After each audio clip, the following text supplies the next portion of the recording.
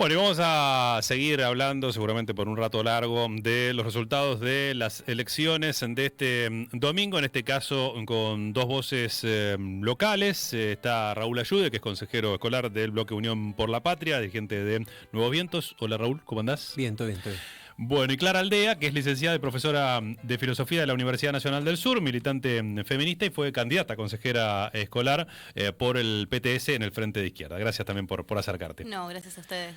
Bueno, creo que vamos a coincidir probablemente en el efecto sorpresa del resultado y están aquí para compartir algún tipo de interpretación respecto de por qué pasó lo que pasó este fin de semana. Clara, ¿querés arrancar vos? Bueno, sí. Bueno, primero que nada, agradecer el espacio. Es importante que podamos tener, que se pueda escuchar también a la izquierda después de que la sorpresa no solamente vino por el resultado electoral del gobierno, del oficialismo y demás, sino que bueno, nuestra elección también fue un dato llamativo dentro de todo. Entonces, bueno, agradecerles. Y después sí pensar ¿a qué se debe?, ¿no? Que es la gran pregunta que está rondando por todos lados. ¿A qué se debe? ¿Cómo es que termina pasando? Bueno, en primer lugar, desde ya no hay un aumento cuantitativo de votos de parte del gobierno, también para matizar un poco la cuestión. Se unifica con el PRO y así, juntos, ambos sectores pierden votos, no solamente los ganan, pero efectivamente lo que los posiciona como la primera fuerza es la brutal pérdida de votos de parte del peronismo, es la dificultad que adquiere el peronismo para posicionarse como una oposición consecuente. Creo que lo que muestra este escenario es una tendencia enorme a la polarización, pero una polarización con una fuerte tendencia de derecha. En esa gran polarización también se explica un poco los resultados de la elección de la izquierda, pero sobre todo se identifica con que cuando la polarización tiende hacia la derecha, empuja hacia la derecha, bueno, la tibieza, digamos, de la oposición, la dificultad para posicionarse como una oposición consecuente, una oposición que lleve hasta sus últimas consecuencias su posición, bueno, también se expresa y también termina siendo agua para el molino del oficialismo. ¿Raúl? Sí, creo que hay un proceso de antipolítica que es muy fuerte. El nivel de ausentismo fue muy fuerte y cada vez es mayor, porque en el fondo la gente siente que votar es al pedo, que no te cambia la vida. Y dentro de esa situación, que es una situación de crítica a las respuestas que le da la democracia al capitalismo, por decirlo de alguna manera, vos vas viendo que cada vez hay menos laburo, que los laburos son en peores condiciones, que hay una crítica sobre el rol del Estado, que se vienen de experiencias fallidas, y eso va alejando a su vez o desilusionando, porque el que vota siempre vota desde una esperanza de decir, bueno, esto es un poco menos malo, aunque sea. Entonces la gente está decidiendo ya directamente no votar, y eso es complejo. Y en el medio de esa situación se suma que todos imaginábamos que si Milei hacía un poquitito de lo que ha hecho durante este año, en 3 meses se lo sacaba a patada en el culín, y eso no sucedió. Y llegó hasta principios de este año con un nivel de aprobación en opinión pública de todo esto arriba del 40%. En cierta manera, la derrota en la provincia de Buenos Aires en septiembre hizo tambalear ese apoyo o eso que se planteaba como diciendo, bueno, hace todo esto pero la gente lo banca, como una reacción de decir, no, basta. Frente a esas dos expectativas de que a los 3 meses de hacer toda esta macana se lo iba a sacar y la derrota de septiembre, esto se vuelve mucho más sorprendente. Cuando uno analiza el mapa de las elecciones y cuando analiza el avance histórico de las legislativas en los últimos 4 periodos, es más o menos similar a lo que venía sucediendo. Lo que sí cambia es el tema de que algunas de las fuerzas que hasta ahora eran distintas a la Libertad Avanza son absorbidas por la Libertad Avanza. Claro. Tanto el PRO como el radicalismo, como eso que no me acuerdo, Encuentro Federal, claro, algo así. Distintas variantes. Todos los que le dieron gobernabilidad, Unidas, también, ¿no? Todo lo que le dieron gobernabilidad Bueno, el intento de Provincias Unidas me parece que es un intento a la sombra de lo que pasó en septiembre, por decirlo de alguna manera. Claro. Es decir, bueno, hay un espacio para hacer oposición, pero no una oposición en la cual vamos a votar igualmente la reforma laboral, vamos a acompañar... Pero lo que decía Clara, digamos, esa tibieza evidentemente no seduce a nadie hoy. No, es raro explicar, cuando uno ve los testimonios del voto de la gente en general, hay una cuestión de una visión crítica hacia lo de Milei, pero aún más crítica respecto a lo que fueron las experiencias electorales anteriores, que creo que también es lo que subsume, más allá de lo ideológico, entendiendo que el modelo económico que se aplicó en la dictadura, que se aplicó en el menemismo, que se aplicó en el macrismo y que se aplica ahora, tiene una base de apoyatura en las estructuras de poder real del país y de la economía internacional, que se ve ahora, ¿no? Que habría que haber votado a JP Morgan. Hay funcionarios por todos lados. El otro día tuvieron el decoro de por lo menos invitar al presidente en el momento en el cual estaban interviniendo el país. Pero bueno, me parece que ese escenario es un escenario de reacomodamiento en el cual lo que nos queda a las fuerzas populares es reacomodarnos del otro lado. Y empezar, o sea, continuar en la militancia y en el trabajo en contra de este modelo de saqueo y de entrega que aplica Milei, para que avance lo menos posible y para generar una alternativa seria y cierta para el 2027. Bueno, recién hablabas del JP Morgan, obviamente detrás de esto la gran embestida con Trump a la cabeza. ¿Qué significa realmente esa intervención desde sus miradas? ¿Cuánto afectó o creen que afectó al momento de definir el voto este domingo en particular? Y atento a lo que decía lo último Raúl también, cómo desde los sectores populares, de izquierda, progresistas, lo que fueren, empezar a pensar una estrategia de contención y resistencia a esa avanzada, ¿no? Bueno, por un lado sí es cierto que la amenaza directa, porque fue una amenaza directa de los sectores del poder económico estadounidense con los resultados electorales, influyó desde ya en amplios sectores de la población que están viendo un retroceso permanente de su salario, de su poder adquisitivo, el gran caballito de batalla que es de este gobierno, que es la desaceleración de la inflación, no se refleja necesariamente en una mejora de las condiciones de vida. Entonces, sí, el temor al descalabro y votar por la estabilidad tuvo algo que ver, me parece, en que haya por lo menos consolidado una base. A pesar de la pérdida de votos que mencionaba antes, hay una base que consolida este gobierno y mucho, sí, fue con miedo a que si el gobierno perdía, si le iba mal al gobierno, bueno, no contar en estos 2 años que quedan con el apoyo, con muchísimas pinzas, que puede venir desde Estados Unidos. La amenaza directa de Bessent de este apoyo está directamente atado a los resultados electorales, a una población que viene de, como decía Raúl también, que es cierto, de profundos fracasos del gobierno de Alberto Fernández, que viene de una brutal precarización laboral que se viene profundizando y que se viene notando como uno de los principales factores, y uno de los principales factores por los que la gente también vota estabilidad, porque no hay mecanismos de protección. Muchos de los trabajadores, yo incluida, no tenemos derecho a la representación sindical, por ejemplo. Entonces, sí, nuestra vida está mucho más atada a la inestabilidad general del país. Entonces, sí, hay mucho voto con miedo frente a la inestabilidad. Desde ya, que ahora esta línea abierta a la intervención, esta línea abierta al saqueo, nos obliga a ubicarnos de otra manera. Y ahí voy a disentir en lo que mencionabas de cómo pensar las alternativas hacia 2027.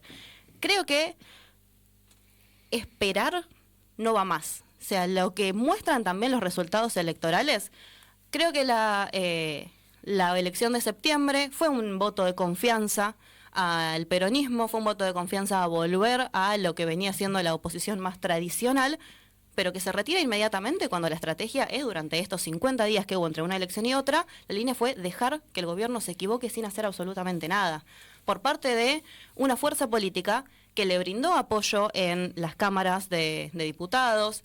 Con los 2 votos peronistas se logró aprobar la ley Bases, por ejemplo, que es desastrosa para el conjunto de la clase trabajadora. Entonces, sí, efectivamente lo de no hacer nada o esperar a las próximas elecciones para recién ahí constituir una resistencia, bueno, eso no tiene nada que ver con la vida de la gente. Estar discutiendo una interna y estar peleando por quién va a encabezar esta oposición no tiene nada que ver con la vida de la gente. Y se nota esa distancia, se nota para los despedidos, para las mujeres que vimos el aumento de la línea de los femicidios, el aumento de cantidad de femicidios, ver que quien se postulaba como oposición no decía nada o los gestos que tenía para con las mujeres eran ínfimos mientras proliferaban los discursos de odio. Y bueno, y sí, ¿qué te genera? Y te genera que a la dirigencia política opositora no le importan los problemas de las mayorías. Y si tenemos que esperar encima 2 años más para empezar ahí a pensar una alternativa, y sí, se va a profundizar esta idea de que a la oposición peronista no le importa la vida de las mayorías. La resistencia tiene que empezar ahora. Es empezar desde abajo, es considerar a estos trabajadores que no tenemos derecho a la sindicalización, es pensar cómo podemos construir una fuerza política propia, independiente de quienes ya gobernaron, llamar a los que sí están sindicalizados pero que no quieren quedar pegados al fracaso del peronismo, que ya está pegado al fracaso de Alberto Fernández, que ya está pegado al fracaso de estas elecciones. Bueno, llamar a constituir alternativas propias porque evidentemente la subsunción al proyecto que le garantizó la gobernabilidad a Milei no va más. Raúl. Sí, parte de muchos pensábamos que el apoyo de Trump era un ancla, que iba a tener un nivel de rechazo mayor. Y bueno, también el resultado confronta con eso, por decirlo de alguna manera.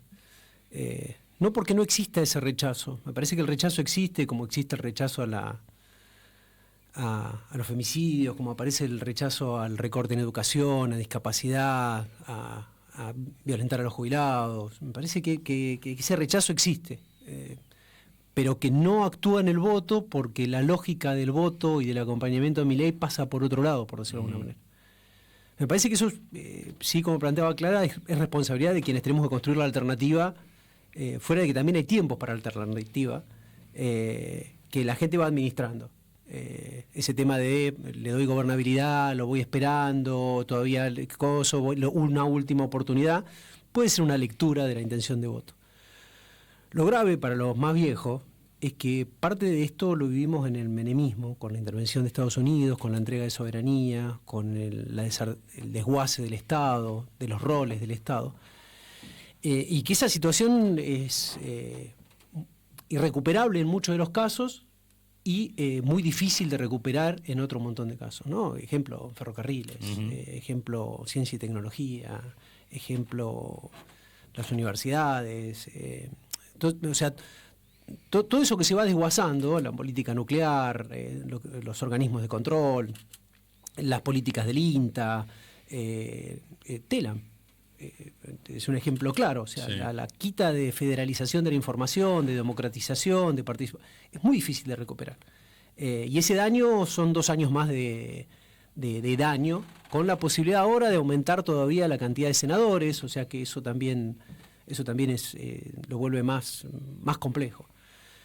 Me parece que todo este cansancio, toda esta decepción que tenemos aquellos que confrontamos con Milei y que creemos que es terrible lo que hace, es difícil, pero por otro lado nos obliga a seguir organizándonos y a seguir confrontando y avanzando y buscando la punta al ovillo y convenciendo gente y generando ese sentido común o esa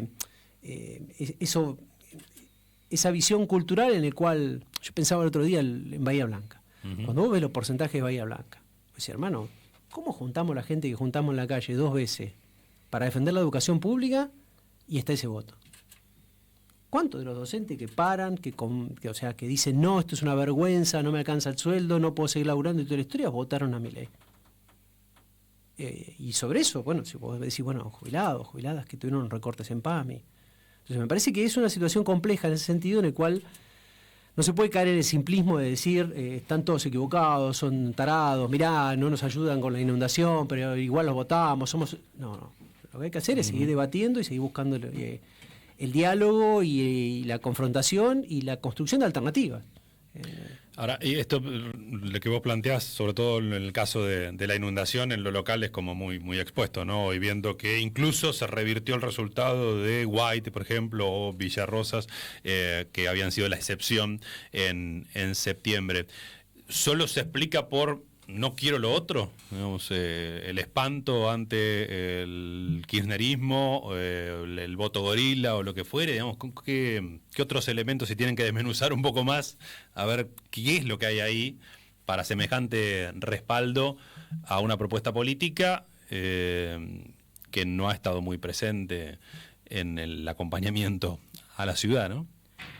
Por un lado, creo que sí, la ciudad hizo una experiencia veloz con sus bieles en los dos temporales, donde se puso de manifiesto cómo entre uno y otro, a pesar de las políticas inmediatas que hubo después del de 2023, más de contención, no hubo una respuesta estructural que responda a problemas que ya venían desde antes, como los que tienen que ver con vivienda, como los que tienen que ver con desarrollo social. Hay profundas carencias de la ciudad que no se vieron respondidas y que maximizó los efectos de la inundación. Entonces, sí, desde ya la experiencia con sus bieles lo profundiza y muestra que haber sido el intendente más mileísta de la zona, bueno, capaz no era la estrategia política que estaba necesitando Bahía Blanca en ese momento, porque si tenés que elegir entre el original y la copia, no vas a elegir a la copia, terminan quedándose con Milei, mientras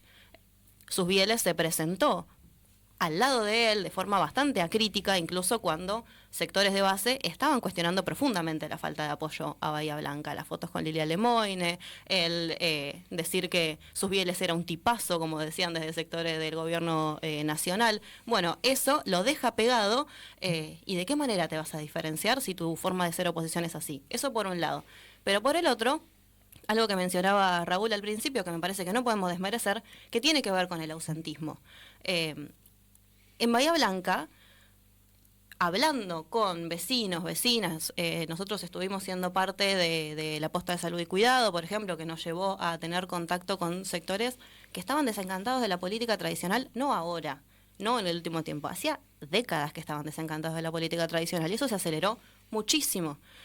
Hay también una visión de una línea divisoria tajante entre quienes hacen política y quienes concentran el poder político y las grandes mayorías. Se muestra algo que dice mucho Daniela Rodríguez, por ejemplo, en campaña, sobre las dos bahías, una bahía concentrada en el poder económico, en las empresas del polo y el puerto y demás, y la bahía que se ve afectada por las catástrofes climáticas, que se ve afectada por la crisis laboral, la crisis habitacional y demás. Bueno, eso se muestra. Y se muestra también en el bajo porcentaje de gente que efectivamente fue a votar, porque el desencanto también opera. Y si no logra enamorarte la perspectiva de la oposición, porque no la terminas de identificar como oposición, y sí, es muy difícil que se pueda constituir una fuerza alternativa que se piense desde esa lógica, por lo menos. Raúl. Coincido con Clara en función de que hay gente que está desencantada con la política. Y esta división entre una ciudad que está en condiciones de esperar y de ganar con el modelo, que yo ese 30% que con el menemismo estaba bien, viajaba, tenía esa posibilidad, y todo lo que después explotó con la alianza, que fue el tema de los desocupados y excluidos unidos a los ahorristas, porque fue ahí donde se generó esa reacción. La pregunta que tenemos es por qué los barrios populares que votaron mayoritariamente a Milei para llevarlo a presidente vuelven a apoyarlo o a acompañarlo, porque eso no tiene un nivel de rechazo mayor, teniendo en cuenta o coincidiendo en este daño que produce a la vida cotidiana de lo popular. Bueno, ahí la inflación no puede tener un peso que se subestima a veces en la lectura, más allá de que no la liquidó, y eso está claro, sigue siendo altísima para cualquier país, pero en la comparación con el último tramo de masa... Indudablemente sí, indudablemente sí, porque es una de las pocas cosas que pueden arbolar el gobierno, por decirlo de alguna manera, fuera de que uno tenga claridad de cómo se construyó eso. Y lo frágil que es, sí. Ahí, Raúl, respecto de la inflación, bueno, te pregunto a vos puntualmente, hacia adentro del espacio político en el cual te referenciás, si sentís que se dieron ese debate en torno a las cuestiones económicas. está bien que fue una elección legislativa y por ahí algunos dicen cuando uno chusmea un poco los debates, bueno, no es momento de hablar de esto, pero ¿no hubo un desprecio hacia esa cuestión de la inflación por parte del peronismo o una autocrítica? Me parece que el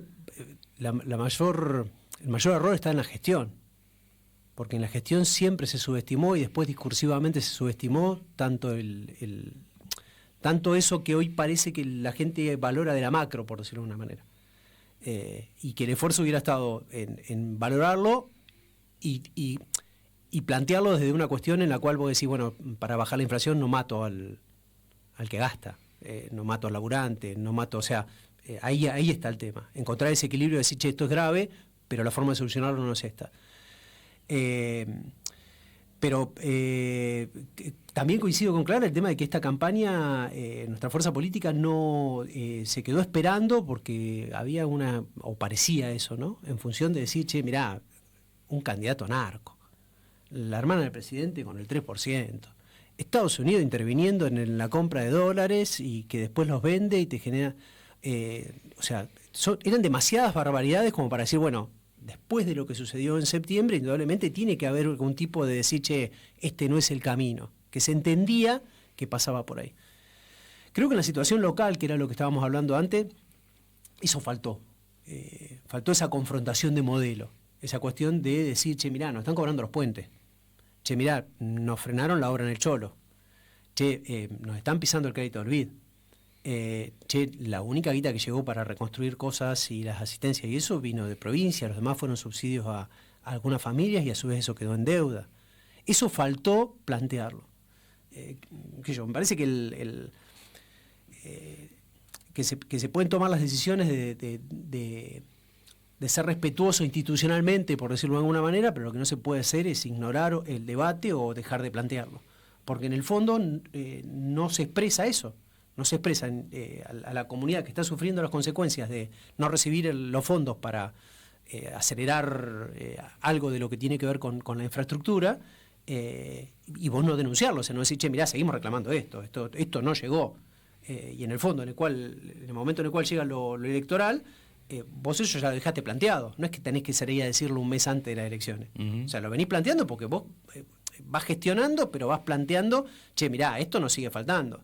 Entonces, es distinto juntarte con Lemoyne o con Pareja o con alguno de estos dirigentes en función de decir, che, le entregamos los reclamos de Bahía Blanca y salir y plantearlo como diciendo, mira, nosotros nos reunimos porque son funcionarios, pero estamos reclamando lo que nos corresponde como ciudad, que quede como una especie de decir, uy, nos visitamos, estuvimos tomando unos mates.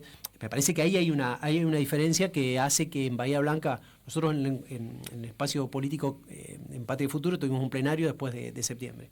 Y te decían, ¿qué pasa en Bahía Blanca? Entonces quedaban las pirámides, el Triángulo de las Bermudas y cómo mierda en Bahía Blanca gana después de todo lo que les hizo. Porque la primera vez que vino vestido de G.I. Joe y dijo, se van a arreglar solo, y se fue.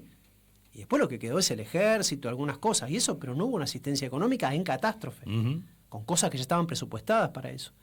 Y bueno, y en el caso después de la inundación, eso se vio acentuado porque en el fondo pisó recursos que ni siquiera el Estado tenía que poner, como el crédito del BID, que eran $200 millones que hubieran venido bárbaro para acelerar alguna de las intervenciones, por ejemplo, en este miedo que se produce cada vez que llueve y hay calles que se vuelven a inundar, y o sea, hay estudios y hay intervenciones que vos decís, bueno, hay que hacer esto, bueno, pero hay que hacerlo, para eso necesitas guita. Y por otro lado tenés una provincia que el gobierno nacional le recortó 19 billones de pesos. Entonces, esa situación también es una situación complicada. Hacemos una última vuelta, estamos charlando con Clara Aldea y Raúl Ayude, yendo un poco de lo local a lo nacional también. Se viene un nuevo congreso. Otra de las críticas que hubo, sobre todo en el caso del peronismo en esta última elección, es faltaron propuestas, ¿no? No se discutió eso más allá de esperar. Si tenemos que armar una agenda de los temas que tienen que estar sobre la mesa en la discusión en los próximos años, en este contexto que estamos describiendo, ¿qué no puede faltar? Pienso en la deuda como uno elemental, ¿no? Y si no lo vamos a resolver acá, ¿no? Pero si hay algún lineamiento o algo que quieran aportar también en esos ejes para seguir la discusión más adelante. Bueno, se viene una reforma laboral que va a estar en discusión y que vamos a tener que acompañar la experiencia que se va a dar adentro de las cámaras también con las calles. Me parece que este desencanto con la política tradicional lleva a identificar que hay una crisis de esta lógica donde lo único que podemos hacer para hacer política, los trabajadores, los de abajo, es ir a votar una vez cada 2 años. Hay una necesidad de que las políticas que atacan la estabilidad de la clase trabajadora se sostengan en la calle y por eso, bueno, desde la izquierda también consideramos que haber ganado 3 bancas en este contexto, en un escenario tan polarizado, en un escenario tan conservador, es un punto de apoyo para las peleas que se van a venir. Inmediata, la de la reforma laboral, que vamos a tener que resistir porque se vienen más intentos de flexibilización, se vienen más negociados en favor de las grandes empresas y demás. Y después, ¿qué sí llevar desde espacios políticos que no hacen la vista gorda, al menos frente a la situación? Me parece que es urgente discutir una ley de emergencia contra la violencia de género.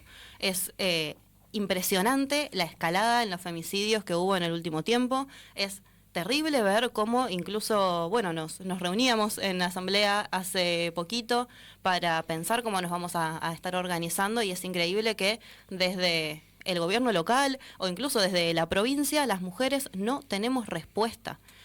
No hay nada que venga, o sea, el peronismo se apoyó en nuestras demandas para llegar al poder con Alberto Fernández. Dijo que volvían mujeres, que venían a ponerle fin al patriarcado. Bueno, eso no se expresa. La vida de las mujeres está peor porque somos la primera línea ante la crisis, somos las que paramos la olla y sobre nuestros cuerpos se descarga esa crisis también. Entonces es urgente empezar a discutir esto y ponerle un freno, al menos desde poner el tema en agenda. Las mujeres supimos poner nuestras demandas en agenda durante mucho tiempo y tenemos que volver a recuperarlo porque no podemos permitir que esta escalada conservadora se descargue contra nosotras. Eso es un tema que me parece que es urgente.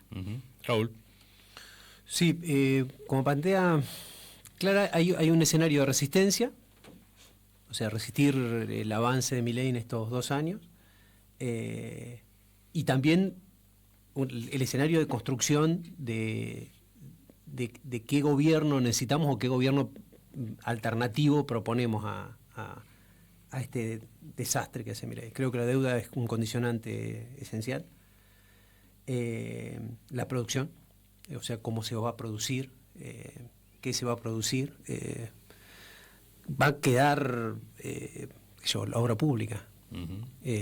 Las políticas de género y diversidad, porque hay, o sea, es todo esto que planteaba Clara y que vemos en nuestra ciudad y bueno, constantemente, todas las semanas tenemos femicidios y situaciones terribles de violencia, fueron habilitados a través de este discurso en el cual eso era woke y es una reacción de que o sea, hasta dentro de fuerzas políticas como Fuerza Patria, hubo personas que dijeron, se pasaron 3 pueblos, y es una cosa que vos decís, o sea, que son barbaridades que hay que corregir y que hay que agendar, pero cuando vos empezás a ver, bueno, el financiamiento de la salud, el financiamiento de la educación, el planteo de qué modelo de desarrollo vas a tener, el planteo de los controles y que va a haber respecto a las explotaciones de recursos naturales, dejar hacer el RIGI y el daño que produce el RIGI en función de que aún las inversiones que podrían llegar a ser interesantes o productivas o complementarias del modelo de país que tenés, se vuelven una estructura de saqueo. Entonces, todas estas situaciones son situaciones que hay que intervenir y que hay que plantearlas. Lo que sí me parece, aprendiendo de los errores que se cometieron con Alberto Fernández, es que esa discusión tiene que ser previa. Que no podés asumir un gobierno y ponerte a debatir dentro de la estructura del gobierno para dónde avanzás o qué haces. Y que ese consenso tiene que ser un consenso lo suficientemente amplio como para construir una mayoría.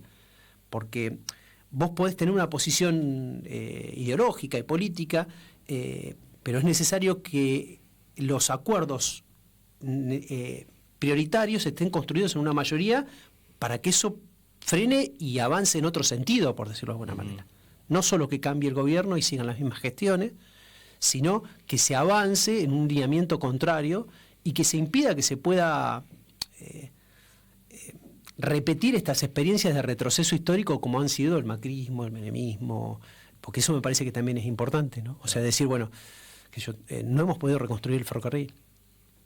Y con todo lo que implica el ferrocarril, para liberar las rutas, para facilitar toda la estructura que querían viajar a Buenos Aires para algún tipo de emprendimiento o alguna cuestión económica, viajaban en tren porque era barato, porque era fácil, así se comieran 14 horas, ¿sí? Y criticábamos, Sí. Bueno, hoy Hoy no solo eso, sino que se dice ni va a abrir.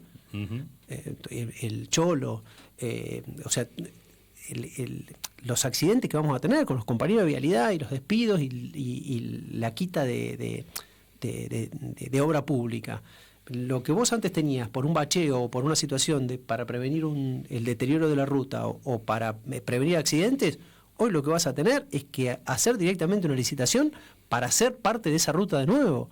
Y todo eso es guita que hoy se está comiendo, porque parte de este ajuste, lo más escandaloso es que se ajusta en educación, en jubilaciones, en salud, en obra pública, todo va a la especulación financiera y al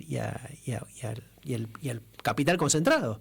Entonces vos decís, no es un ahorro que se produce para priorizar determinadas políticas, es directamente algo que es saqueado.